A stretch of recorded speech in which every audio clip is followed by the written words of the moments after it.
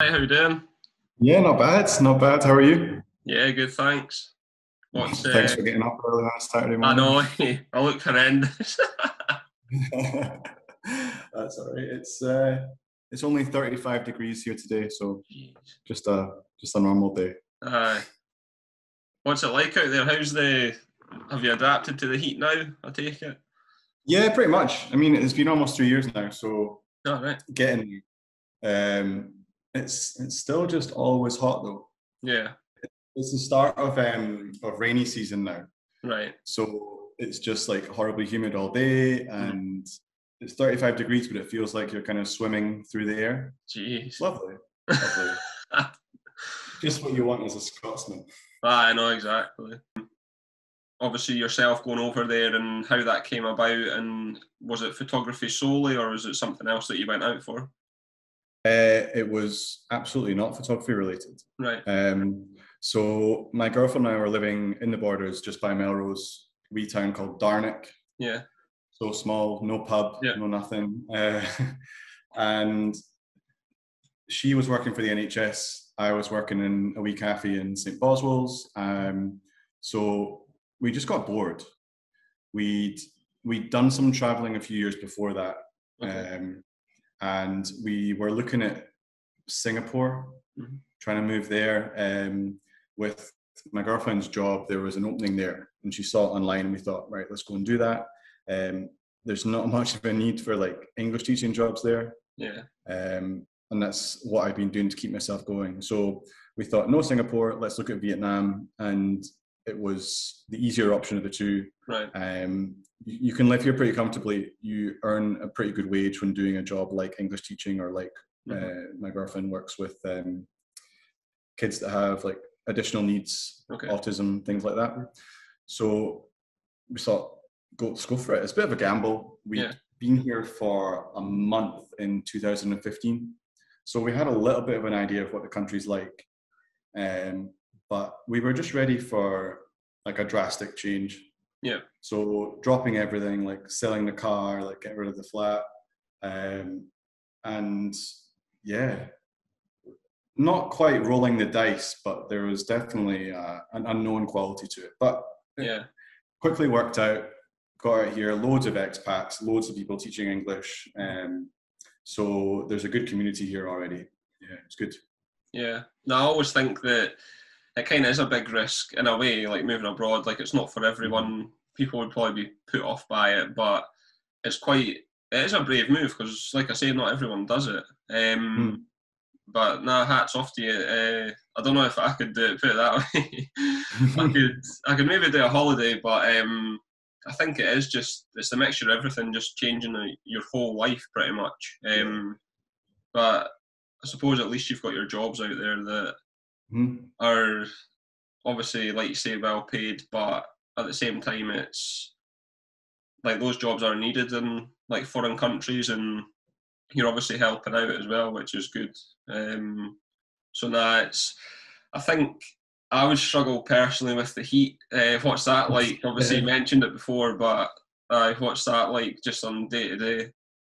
It's it took I would say it maybe took about like three weeks, 4 weeks to like properly get used to it. Yeah, The first couple of weeks you're just a mess. Like as soon as you go outside, you're just dripping, and you're just tired. You're not used to yeah, it.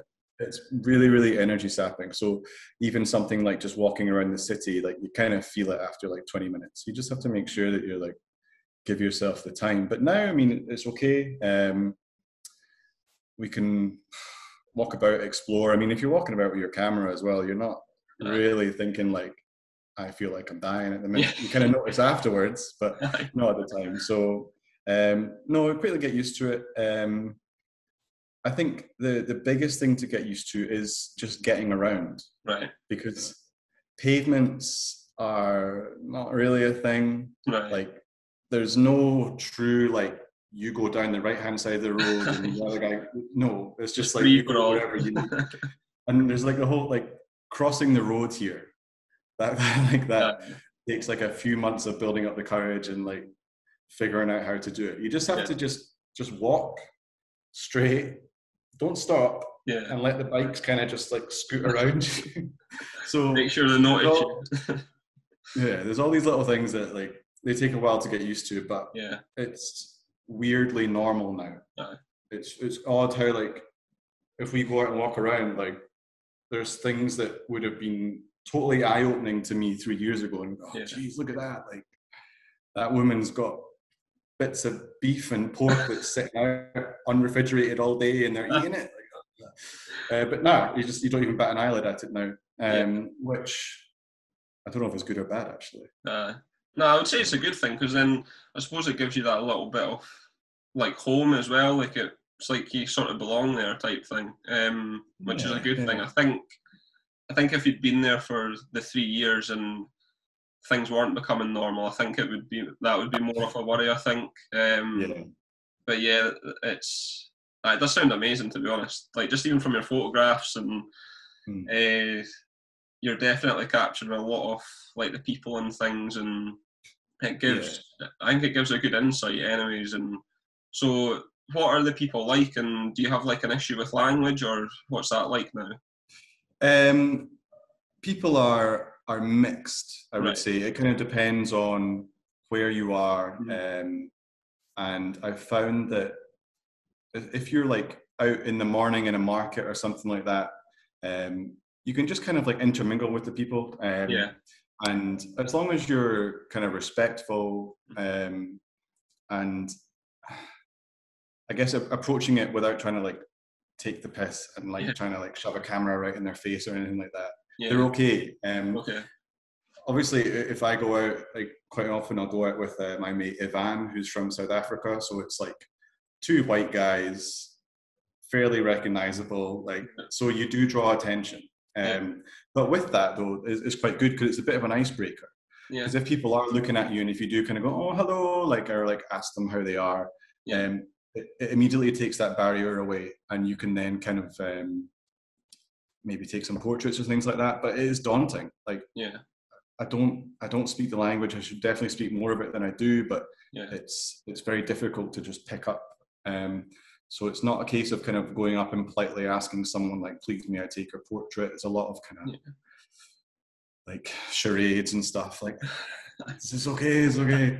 And normally it is. I mean, you always have a couple kind of experiences of people like tell you to go away or something, and that's fine. It's whatever. Like, I don't want to upset anyone. But people in the country are great. Like, they're not used to seeing people like foreigners walking around as much. So like you can walk through a town and you've got like a little trail of kids walking behind you, kind of thing. So it's it's interesting. There's a real disparity between like what you get in the city and what you get out in the country. All of it interesting though. Yeah, it's I think there was one photograph actually when you mentioned the kids. I think that were that a football pitch, or there was something that there was a few different photos that you took, I think, that I seen on your Instagram, and like that's one thing that I feel like how did you go about getting those photographs? Because I feel like I've kind of wanted to get into maybe taking, like, go up to Edinburgh, say, and go out and I don't know, like the train station or like the gardens or something like that, and get some photos there, and kind of get out of my comfort zone. But one thing that I kind of struggle with is, like, especially in Britain, for like, let's say, it's kind of like approaching kids is a bit like I don't know if it's just different like here, but I've just got that in my mind that if I'm going up to a group of kids, what am I doing? Like, you know what I mean? Whereas over there, I don't know, is there that kind of perception, or not really? No, I think it's a real shame. Because like, I mean, I teach kids. Like, I enjoy interacting with them, and I enjoy like seeing them learn and seeing them have fun and stuff like that. So there is like there is a real like joy in having that connection. And like, it's nasty when you see people like being judgmental or like questioning that. I don't think it really should be questioned. It's normal to want to interact with other people. It doesn't have to be like, look at him, he's being a bit weird around kids or something like that, you know? But no, I totally understand it. It's not a thing here. kids will interact with strangers in the street. There's not that kind of social barrier that you would get in the UK with like. Yeah. Nah, I've not seen it anyway. Yeah. So it's a bit more comfortable to do that, I guess. Yeah. It's just because, like, a lot of the time, like, I think, especially those photographs that I'm talking about, like, you see how much enjoyment and just freedom there is with kids, and you kind of, like, you could be walking past that sort of maybe scenario in Britain, see kids playing in the park and that, and then it's a bit like you're kind of wary what to do. Like, oh, that's a good moment. It's like they're free, they're playing football, whatever it is, and it would be a great like opportunity to photograph. But I'm just, yeah, I don't know. It's difficult. Maybe I do just go and do it, and hopefully no one sees me. But then I don't know. Just get a knock at the door later. Yeah, go and ask every kid, can you phone your parent? Can I get permission? Like, sign this. I don't know. I think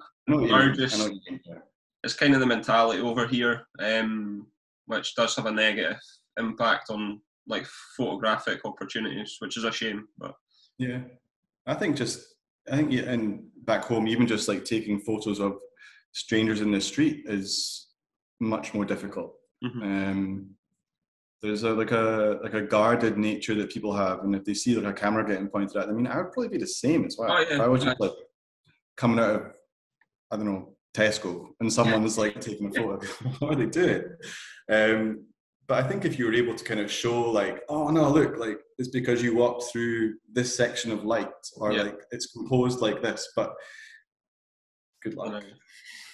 It is a difficult one. It's because we went to New York, I think it was like literally before like lockdown and that kind of year, and 2020, we went for New Year, and like I don't know if just because there's so many people that they maybe didn't notice me, like that kind of, like I took photographs of people like in the street, and I didn't feel like there was times that people did see me and I was a bit like, right, what do I do now type thing, but I just walked on, they never said anything. Like it's and I don't know if it is just like that, like it might be like that in Edinburgh when I go and give it a shot up there, and it might just be a case of no one really notices me. I don't know, I've not done it yet, but I just think there's, when you're in a big city, you can kind of get away with it.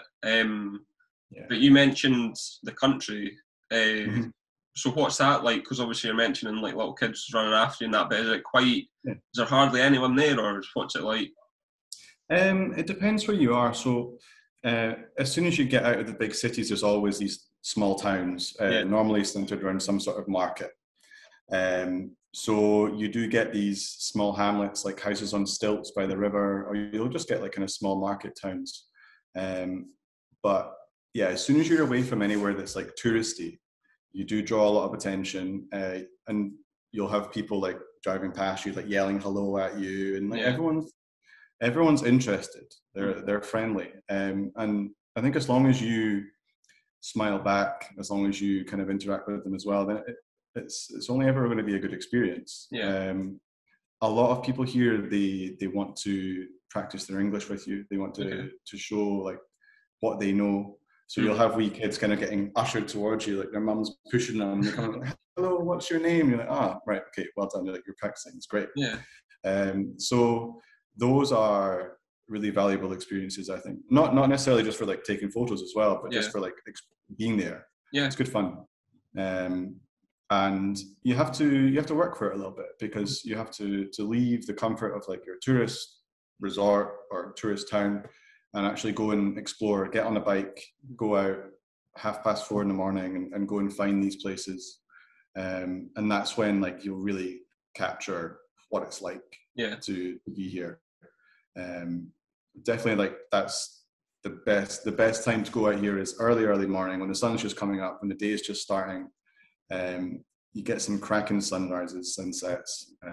So yeah, I mean, as soon as international travel becomes a thing again, I'm sure Vietnam will be very very popular. But it is it's a great place to come and visit, just because it's so different. It's distinct as well. Like you can take photos here and you know, oh, that can only be in Vietnam, kind of thing. And I don't think you can really say the same about a lot of other kind of popular tourist destinations. Yeah. Yeah. No, it's always nice to learn about other places and things. And obviously, I'm not stupid. I've heard of Vietnam, obviously, but seeing your photographs gives me more of an insight of like the people, like the place, and it's just quite refreshing to see somewhere different.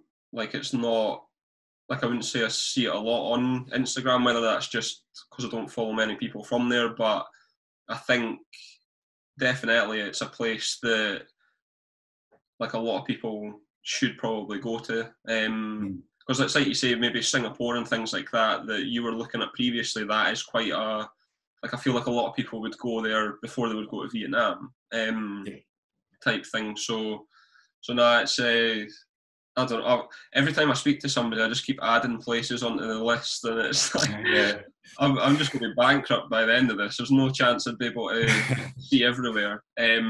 But now that's on the list. I'll add it. Yeah. I mean, I'll gladly give you a few places to kind of stop by, but it'd be very memorable, I think. Yeah. It's changing quickly as well. There's a lot of modernization. Right. So yeah, come soon if you can. Don't know when that'll be. Borders are still very much closed. It's you don't know, but fingers crossed people can start moving. Obviously, I think Portugal's seems to be the place that everyone's starting to go to now, sort of last minute holidays and things. But I hope that'd be a good one. I've always wanted to go to Lisbon and kind of do some street stuff around there. It looks really interesting. Yeah, I've only been maybe twice, but both beach holidays before photography started. So yeah, sadly, that just seems to be the way with a lot of my holidays that I've been on. Nice places, but just wasn't into photography that much. And yeah, I suppose more reason to go back now. Do you have that feeling of regret when you're like, oh, I went to this amazing place, and you can remember what it looks like, but then if you think, oh, I didn't have my camera, or you weren't interested in taking a photo at that time? Yeah, it's quite funny because like when I went, like I used to go away when I was younger with football, like tournaments and things like that. I went to Sweden, Barcelona, like all the places that have got amazing sort of architecture and like just street sort of photography opportunities and things. But I've always, in my head, I've always been that kind of person. And I think I never really realised that photography was missing probably from like my life in a way, because I would always go to these places and have an interest because I used to do art and design at school, graphic communication. Like I always kind of had that like creative eye, and like I do graphic design now. So I just maybe always had that kind of like looking at things around me and taking things in. And yeah, I don't know if it is a regret, because I think like it's maybe like too big a statement to say that, but it's kind of, it would have been nice, put it that way, to have that. Maybe like I was only, I don't know, 12, 13 at the time. Oh, right, okay. So I was very young in terms of really knowing what I was going to do in my life type thing. But yeah, it would have been amazing. Like I did take photos. Like I've got loads of photographs, but they're not they're not really anything taken into like composition or like photographing light or anything like that. It was just a case of point and click. But yeah, I think later on in holidays, maybe 18-year-old, 19, I started probably like thinking more, but still not realising that I wanted to do photography type thing. It was just, I was maybe, because I remember I went, where did I go to again? I think it was Barcelona again, actually. I've been 5 times, which is ridiculous. Oh, wow. Most of the time it was just football. But I went once with my family, and I think I was about 17 at the time, and we went to, I think it was Gaudi's like national park. He like designed Park Güell, is it? That's it. Yeah. And just went there, and there was just so much like to photograph in such a, I don't know, you wouldn't think so in like a park, but there was just so many different types of like architecture that he'd obviously created, and even just across the whole of Barcelona, it's like, yeah, I didn't appreciate it at the time maybe the architecture, but I definitely understood like what he meant to kind of the people of Barcelona and how like special he was. But yeah, there's all of these places now that if I'd even had like 50% of what I know now about photography, I would have taken advantage of it, but I just didn't. But yeah, no regrets, but definitely something or like places I want to go back to. But yeah, I think there's definitely value in like being able to look at something and appreciate it for how it looks, though. So even if you're not actually taking the photo, you're still kind of looking at something that looks good or is lit well. I'm kind of similar-ish to you in that, like, did a fair bit of travel when I was kind of younger and into early teens. Never really wanting to go and take photos, but taking photos anyway. Yeah. And I think that was a really good way to learn, because you would be kind of learning without knowing you were. Yeah. So you'd be looking for certain things, and your interest would kind of take you that way. So I think it's a good way to introduce people to photography, not necessarily to say like, here's the rules, here's a camera, but just like, here's a camera, go and take photos. Yeah. Because you're going to pick up so much when you're younger like that as well. Yeah. No, you're right. It's I think more so now, because like I've not been doing photography that long. How long have you been doing it actually? Maybe like more seriously for like 8-10 years, something like that. But was fortunate in that when I was growing up, my dad was a journalist and often had to like take photos if we were like out for a trip that he had to write about or something. So it would be good to kind of, I could see how he worked and see what he was shooting, and I think that helped in how I view things now. But again, it wasn't like explicit learning. He wasn't like teaching me the steps to go through. It was just like a kind of gentle introduction. It was good. Yeah. No, and I think like what you've said there about like just maybe getting the camera first and just going, and it doesn't matter about the rules and things like that. And I think when I first like obviously started with the camera and things, and I was learning maybe a wee bit more about settings, which obviously does help, but I think once you've kind of got that, like I was like obsessed with trying to get like rule of thirds, like all the horizons level, like the leading line, like things like that. I was so obsessed with every time I went out, and then like it's only maybe 3 years later that I've kind of stopped thinking about that stuff and just thinking like, what does it matter? Like just because somebody said, like, yeah, sometimes it is more pleasing on the eye, I get that, but like I was looking at photographs like from a trip to New York, and I kind of just bypassed a lot of the images because it was just like maybe it was just I was clicking, but at the same time, because I'd obviously learned a little bit about photography, I was still maybe subconsciously trying to get things in the right place and that. But what I'm trying to get at is I don't think like the photographs that I've taken, I took them for a reason. It wasn't necessarily because it was bang on the composition or I was following this rule or that rule. It was just simply I liked what I seen at that time. So I think the more I've kind of gotten into photography, I've kind of realised that like the rules are there just to be like broken and like be more creative. And like, is that something that you've kind of maybe experimented with your photography, or do you tend to stick to like these rules? I don't consciously think of the rules. Yeah. I find that like if I'm like going into Lightroom after I've done a shoot or whatever, I'll find that a lot of the photos that I do like do follow some of the rules, probably not all of them, but it just happens to be that they are the ones that are more pleasing to the eye, I guess. But normally if I'm out like shooting street in the city in Saigon, I'm looking for like a moment, like to try and capture like that scene at that Yeah. time.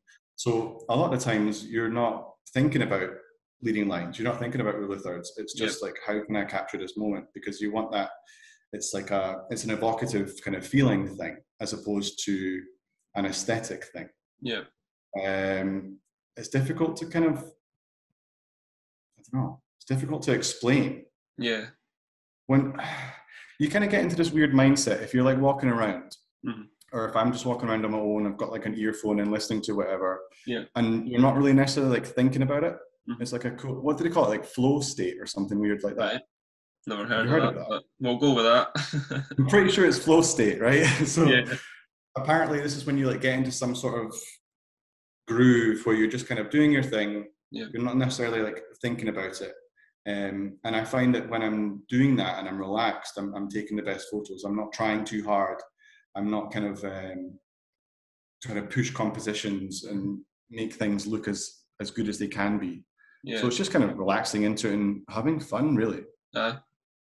No, exactly. I think you just mentioning like capturing the moments and things. It's from speaking to other people on this, I've taken like so much from what other people have said, because I would tend to go out and like, especially with landscape photography, like I wouldn't necessarily be capturing the moment. I would be thinking, oh, like, does that lead into like the viaduct or like the castle or like what have you? It's not the moment. Like it's just what you're photographing in front of you. I don't feel like that is a moment in time that, like, I think anyone else could take that.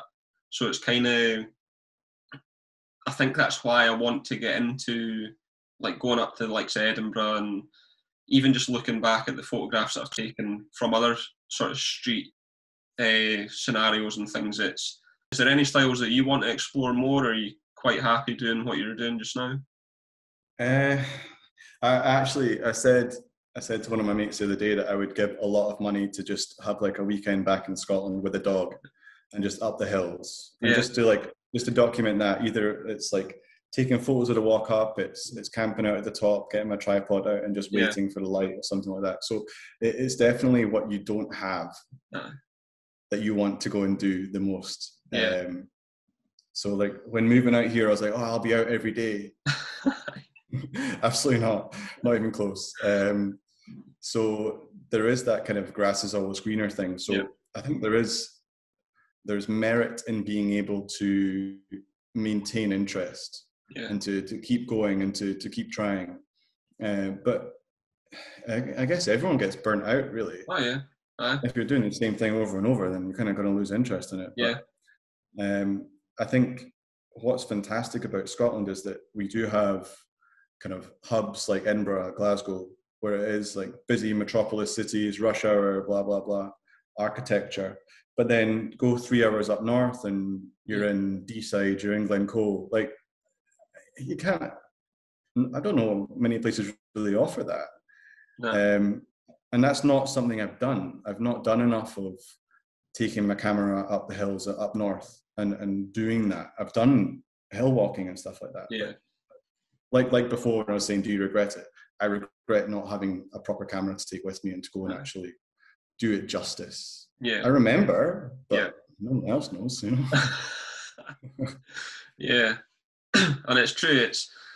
It's kind of like there has been opportunities like myself, even just in Scotland, that like I wish I had my camera that I have now, and it's kind of like there was a photograph that I took at Scots View, maybe, I don't know, it was like when I first got into photography, so 3 years ago, and it was I had like my wee 16 megapixel. Like, don't get me wrong, it was still better than if I'd done it the previous year, because I had nothing, so I wouldn't have been able to capture it, or it would have been on a phone or something. But I'm just like, oh, imagine I had like my camera I've got now, like it would maybe just be that wee bit more kind of crisp, the image. And but at least I got it, so I'm can't have too many regrets. But yeah, it's kind of, it's like you say, when, especially probably more so yourself, because I didn't actually go up to the likes of Glencoe and that before I got my camera, so I was fine. But there was probably more more so yourself that maybe went up when you were younger, and it's kind of, yeah, you just, oh, what if, like, but Yeah. that's I think I took it for granted as well. yeah. You're just like, oh yeah, it's the Highlands. Like it's not going anywhere. But now, like I really miss it. Like the fresh air, the kind of the smell of like the pine in the air and stuff like that. It's those little things that are remind you of home, I guess. But it'd be nice to do a little expedition. Yeah. And, So do you think, would you come back for good, or are you quite comfortable out there? Would it be a holiday, or what are you thinking? Unsure. It kind of, a lot of it depends on what COVID does here. Right. So I'm back to teaching online. All the schools are closed.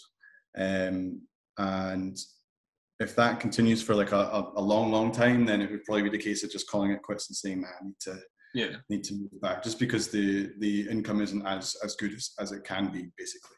Yeah. So we'd always been planning to come back for a holiday. There's a wedding later this year that we need to come back for. Okay.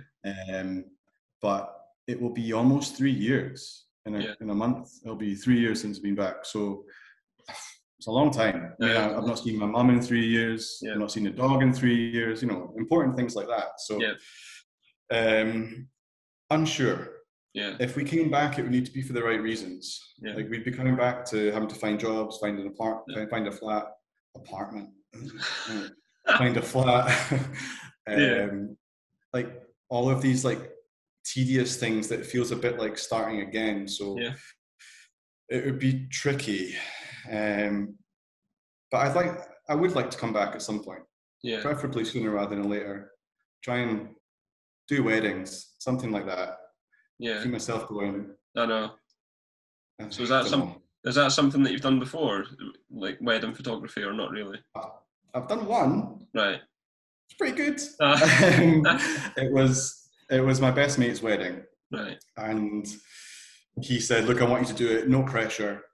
What do you need?" And we went and we rented all the kit.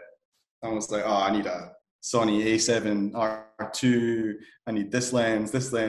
And he was like, "Yeah, let's do it." So I had a great day. Happy day. It was awesome fun. And I don't know. I'd like to try and do it for someone that's not my friend. I think it would be a different experience because it wouldn't be as comfortable. But it's a good earner. I think just getting your name out there and showing that you have a portfolio that people would actually want to pay for the product, that's the starting point. But that's something that I've spoken to a couple of mates about. They're kind of interested in similar things like videography as well. So kind of combining the two. That'd be good. It would be just doing something creative. Yeah. I can't come back and make coffee again. So one thing that I've noticed from your Instagram is that you have like prints for sale, like an online kind of store that people can buy things. Yeah. But is prints something that you've always kind of done, or is it more just they're there and people can buy them if they want? Yeah. Currently, it's a bit kind of just like a secondary thing. Mm-hmm. They're there. If people want to buy them, that's fine. It would be... It's certainly like it's a good earner for people that maybe have that one photo that sells really well. Yeah. And it's just on the off chance that happens, really. The goal is always to be fully funded with photography. Yeah. So just kind of exploring the different means that we can do that, I guess. Yeah. And there's always the option of like stock imagery, but again, like you're making like 10 pence or something, unless you have that one image that blows up and everyone wants it, and then fine, you'll get some cash. Yeah. So it's difficult to find those avenues of where is popular, where do people actually look to buy these images. I've actually, my friend that I do a lot of shooting with, he actually owns his own printing business here as well. So he's got a large kind of professional grade Canon printer, prints like huge A3 kind of thing. Yeah. So we did a bit of printing recently, and to actually have it in person and be able to like see your photos in like that large scale is really cool. Yeah. I've never done it before. Yeah. Have you ever had stuff printed? Just recently, actually. One of the in our hall we've got this massive wall that's like when you walk up the stairs, it's just completely blank, and it's we've decided to get loads of different frames and like photos from just family, like at events or like events like Christmas, like so like things like that, and just but also mixing in some of the photos that I've taken. So yeah, it's in. I don't know. It was kind of strange finally having something that I've taken printed, and like there was a couple. Don't get me wrong, that were a wee bit. It's not the best quality here, but when it's on Instagram, it looks fine. Yeah. But yeah, I think the biggest I went was A3 for one of them, and like that one was fine. So, but yeah, just I think it was maybe 5 or 6 that we sort of. My partner, she liked them, so yeah, I got permission to put them on the wall. But yeah, I've never went like massive sort of scale like you're saying. It would be quite interesting to see just, I don't know, because I feel like you'd maybe pick things out that you maybe not realise, like when it's that big. But yeah, that's as much as I've printed, 5 or 6 to be honest. I've not sold any or That's good though. anything. I mean, that's how it's meant to be, I guess. Yeah. If you think about it, like it's meant to be like something physical that you can hold. It's not meant to be just on like your wee phone screen. It's hard to. I mean, Instagram's forgiving for that. If you miss focus a little bit, you're like, sling it on Instagram, it's alright. But yeah, it's nice to see your stuff printed and on the wall. There's a cafe here that I like to go to, and they've got some of my prints on the wall at the moment. Decent. And it was just a case of like, I emailed them and said, hey, I've noticed you had some artwork before. Here's my portfolio. And they were like, great, we'll take 10. So printed, got them framed, and they're up. It's cool. It's interesting to go in and like sit and have a coffee and think, oh, I took that. Yeah. It almost like, not that everyone likes to blow their own trumpet, but you kind of, it gives you that little bit of like chest out type thing. Just like I took that, like just being proud of what you've taken. Yeah, I don't think there's anything wrong with that. I mean, if you've worked hard, if you've put the effort in, then exactly, show it off, definitely. 100%. It's I might start doing that. As soon as I end this, I'll be emailing all the cafes. I honestly like get some old biddy in downtown Melrose to be like, oh, pay for that, and then you're all good, you know. Exactly. So, yeah, some of your, I mean, certainly the shots of the viaduct and stuff like that, people would buy that. Yeah. Yeah. I mean, there's a lot around the Borders that is very recognizable as well, and people want to have those images in their homes. Yeah. Certainly the Yieldings, like you could get so much there. No, you mentioned the Scots View shop before. Have you revisited that? Have you gone back recently? When did I go back? I went back one morning when it was quite foggy, but that was, I don't know, 3 months ago. To be honest, I've not been out. Well, I went out once. I think it was last week, and that was the first time in probably a month. Just busy family life and things. Just obviously now things are opening up. Just going and seeing everyone, to be honest. So it's I've not.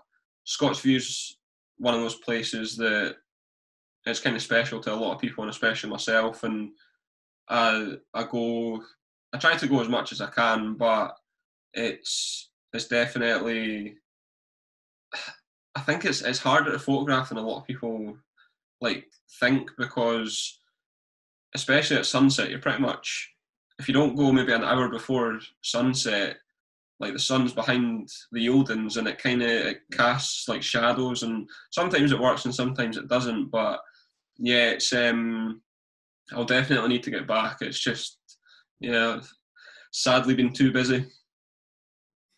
Socialite. Nah. It's tough. It's tough. I know. It'd be good. I mean, certainly whenever I'm back, I don't know where I'd be, Edinburgh, Borders, but we'll do a wee tour. Tour of the Borders. Yeah, 100%. Because there's so much, like, I've said to a lot of people that I've been speaking to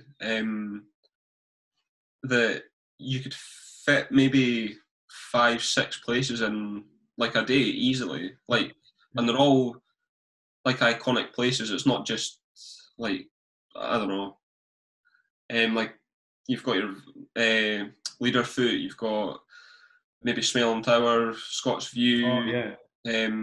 You could probably fit in Fat Lips Castle. Mm-hmm. If you really wanted to, you could go to Stitchhill waterfall as well, which a lot of people don't know about. So you could fit like 5 decent sort of photographic opportunities in one day. Yeah. Really. Now that'd be a good little trip actually. It wouldn't take very long. No, it wouldn't. Fat Lips Castle's a good one. Not many people know about Fat Lips Castle. Nah, I know it's great name as well.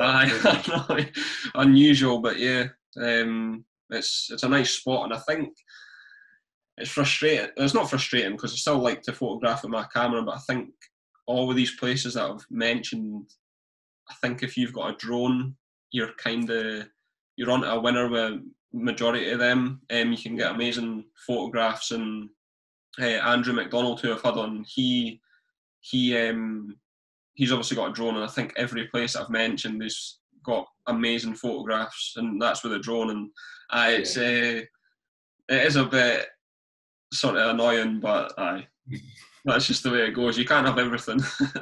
I know. Those shots are great though. I remember when I watched that episode, I went and like checked out the work, and he does. You can have a drone, but like he's making very good use of his drone. Yeah, it's lovely.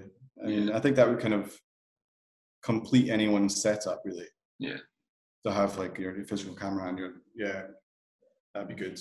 Yeah.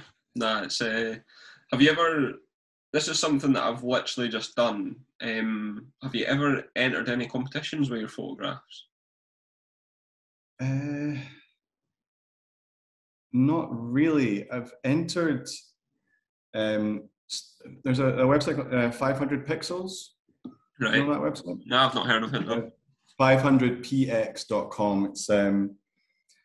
It started off as like a sharing platform, but now it does like stock imagery as well. So they have quests that they do every now and again. Okay. So they'll give you like a brief, quite specific briefs, and some of them are really interesting because they kind of get you out of your comfort zone, and you are shooting to a brief, which is great. I quite like it. But no competitions really. What did you enter? I went on Google and just typed in like photography competitions, and majority of this year sadly had passed, so it was literally the only one. I think it was ND Awards, which I think is one of the like big ones. I think I'd never heard of it personally, but I don't know, it seemed quite legit, and like a lot of good photographs had won in the past, and I went out the other day, and it was at the bottom of the Eildons, and I was trying to photograph like completely differently, like not like the Eildons or like a landscape shot.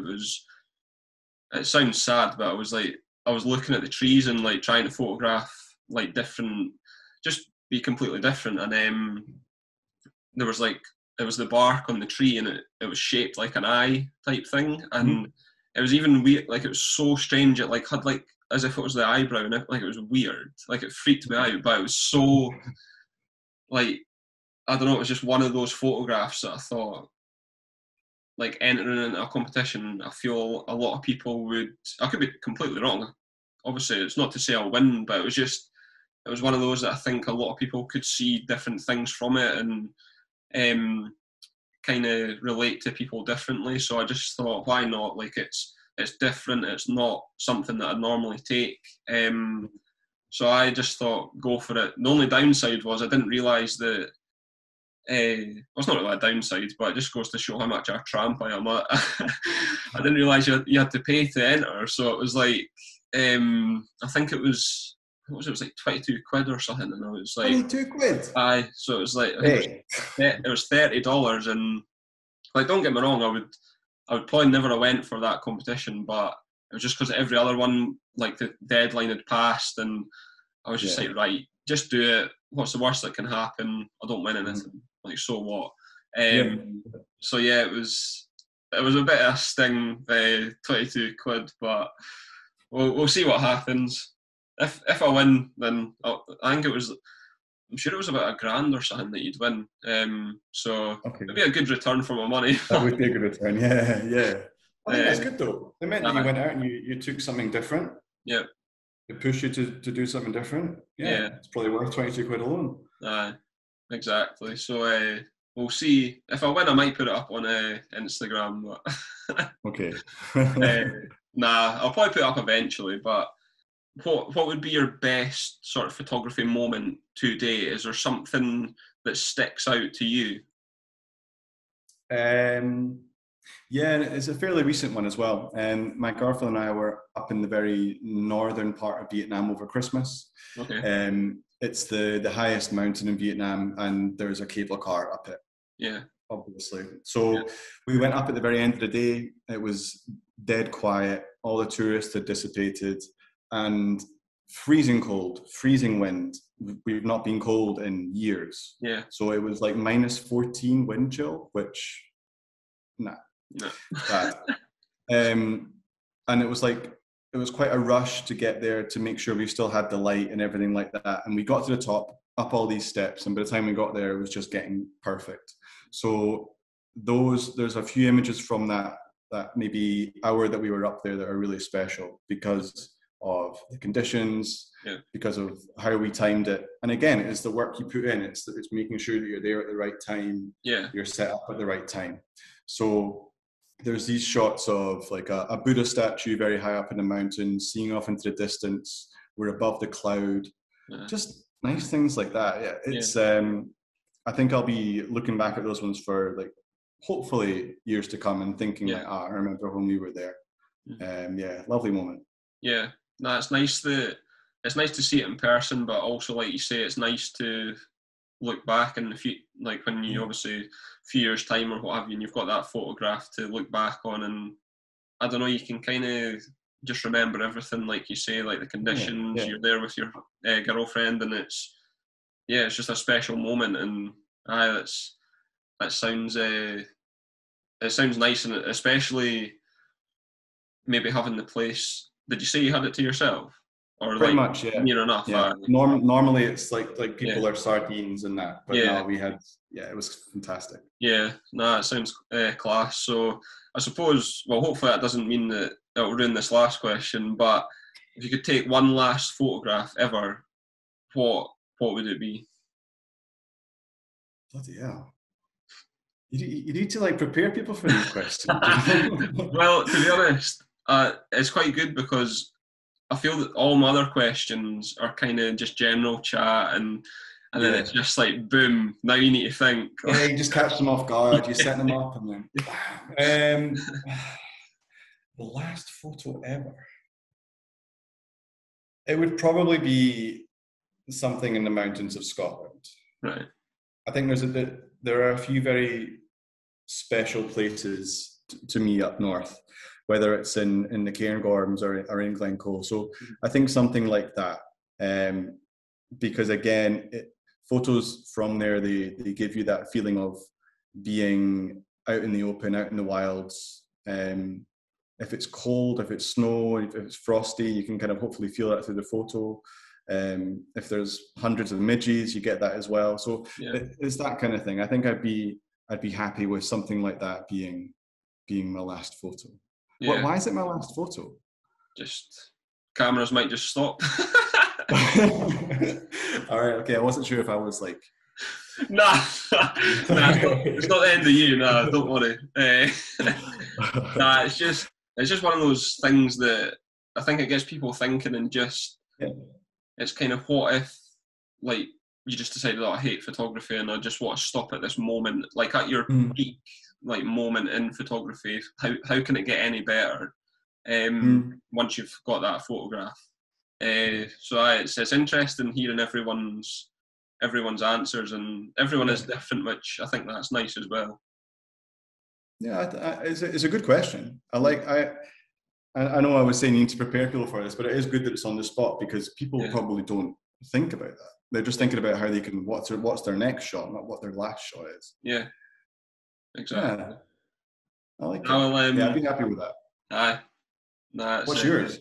uh, well, I've said it previous. And it's kind of one that I've taken, and it is the Scots View one. So so basically, I'll give a bit of a story about it now. Mhm. So my mum, she passed away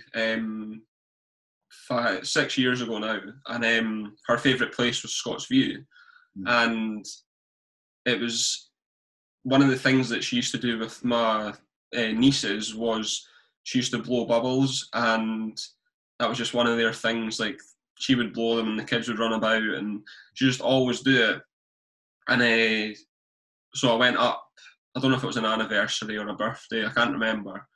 But yeah, we went up, and my nieces had the bubbles, and they were blowing the bubbles, and it was it was ridiculous. But I was chasing all of these bubbles, trying to get like Scots View in the middle of the bubble.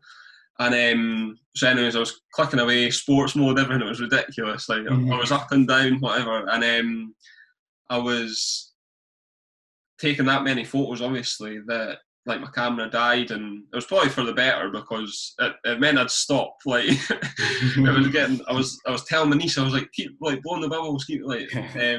So, anyways, I got home and I was looking through the photos, and like I couldn't believe it. It was like I wouldn't say it was like emotional, but it was just amazing to see that I'd actually caught like or captured one like bang on in the middle off Scots View. And like I say, that was the image I was talking about. Like it was an older camera, so it wasn't like as crisp, and when I printed it it's like tiny, like a VA5 or something. So yeah, it was definitely like one of those that to me, like obviously it means a lot. And it's not like the greatest photograph, but I think because of the meaning behind it, that would probably be my one that I'd go to. And I think like there is, like, don't get me wrong, there'd be plenty more photos that I'll probably take in future that I'd be happy with, but I think there's very little that will have that same meaning behind them. So yeah, that would be mine. That's a great answer. Yeah. It's a Cheers. good one. Yeah, no, that sounds lovely. That really does. That's So, a good one. and I think that's kind of, it's one of those things that like photography, it gives you like, yeah, there is times you go out and you capture moments, but if you have that added meaning to it as well, sometimes like the photograph itself doesn't really matter. It's what you feel in that moment, and so that's why obviously Scots View is special. So now I think I'll maybe struggle to get a better photo than that up there, but you never know. It won't stop me going. Good, good. Yeah, I like that. Sound. Well, that's the end.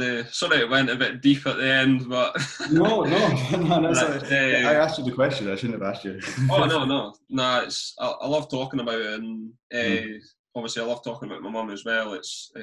I don't think anyone should bottle things up, and it's always good to talk about things. So now I appreciate you asking the question, and I could have. It was one of those that I wanted to say it like in previous episodes when people did ask, but there's always, I feel there's always a right time for everything, and Yeah, there's always a right time to say things. So nah, it was. I'm glad you asked, and yeah. I think we all have those places. Oh yeah. Yeah, I think it's good that you're able to revisit that and to take your camera. Yeah. There are certainly places in Scotland that I love them, but are just like very, very painful for me. So to go back and take my camera would take some courage to actually want to go and capture that. So I think that's it's a brave thing to do, quite honestly.